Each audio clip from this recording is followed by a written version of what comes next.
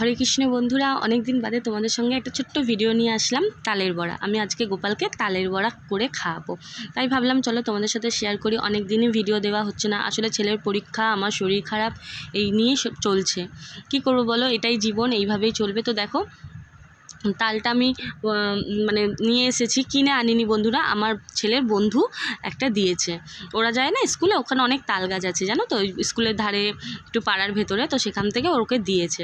তো এই যে তালটা দেখো আমি ভালো করে ছাড়িয়ে নেবো। আর তালটা না সত্যি খুব ভালো, কারণ আমি যখন ভিডিওটা দিয়েছি তখন তো আমি প্রসাদ খেয়েছি, তালটার মধ্যে কোনো তেতো ছিল না, মানে এত ভালো তালটা।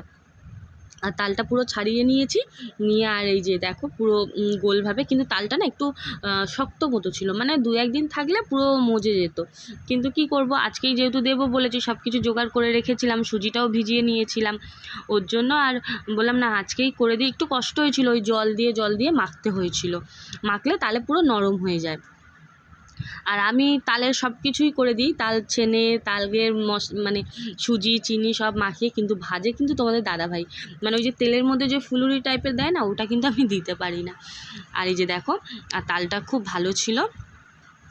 আর এখানে এই যে জল দিয়ে আমি তারপরে ভালো করে এই দেখো এরকমভাবে চটকে নিতে হবে, জল দিয়ে চটকাতে হবে। যে দেখো পুরো জল দিয়ে আমি ভালোভাবে এটাকে চটকে নেবো।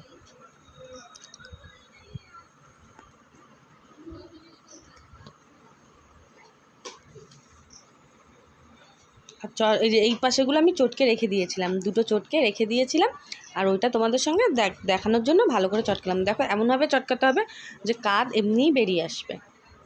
আর এই যে ফুটো থালাটার মধ্যে এইরকমভাবে ঘষতে হবে। আর কি বলো তো, এগুলো বেশি ভালো হয় ওই যে বাঁশের চোঁচ দিয়ে যে ঝুড়িগুলো হয় না, ওই ঝুড়িগুলো দিয়ে। আর ওই যে দেখো ছেনেছে খুব ভালো, এই থালাটা কিন্তু খুব ধার। তো আর এখানে আমি সুজি ভিজিয়েছিলাম, সুজিটা প্রায় নরম হয়ে গেছে। আর ওই পাশে তাল আছে, আর চিনি দিয়েছি, আর দিয়েছি মৌরিটা খুব ভালো লাগে বড়ার সঙ্গে, মুখে পড়লে আমার গোপাল সোনারও খুব ভালো লাগবে, তার জন্য আমি মৌরি দিয়েছি। এবার অনেকে দেয় অনেকে দেয় না, তোমরা এরকমভাবে মৌরি দিয়ে করতে পারো বন্ধুরা, ভালো লাগে। আর সুজিটা ভিজিয়ে করলেও বেশ মচমচে ভালো হয়।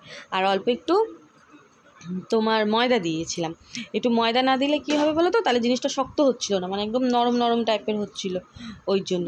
আর ওই যে এই পাশে ময়দা আছে, ময়দাটা আমি তোমাদের দেখিয়ে দিলাম হাত দিয়ে, ওই ময়দাটা পুরোটা দিয়েছি, মোটামুটি শক্ত হয়ে গেছে।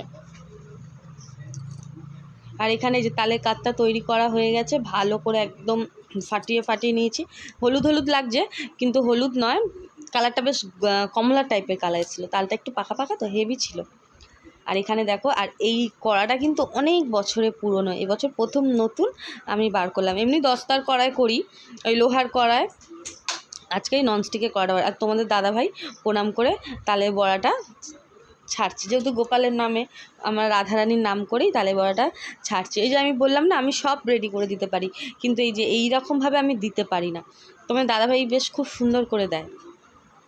প্রথমটা একটু অসুবিধা হচ্ছিল, কেন বুঝতেই তো পারো, বছরে একবার দুবার করা হয়, ওর জন্য।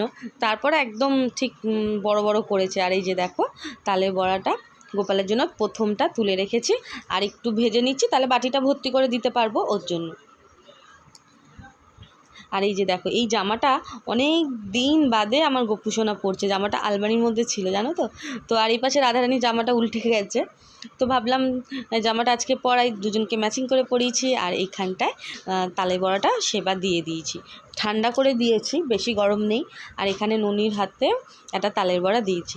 তো বন্ধুরা, যদি আমার ভিডিওটা ভালো লাগে অবশ্যই কমেন্টে বলো, আর তোমরা কারা কারা এখনও পর্যন্ত গোপাল সোনাকে তালের বড়া দিয়েছো সেগুলোও আমাকে জানিও। রাধে রাধে।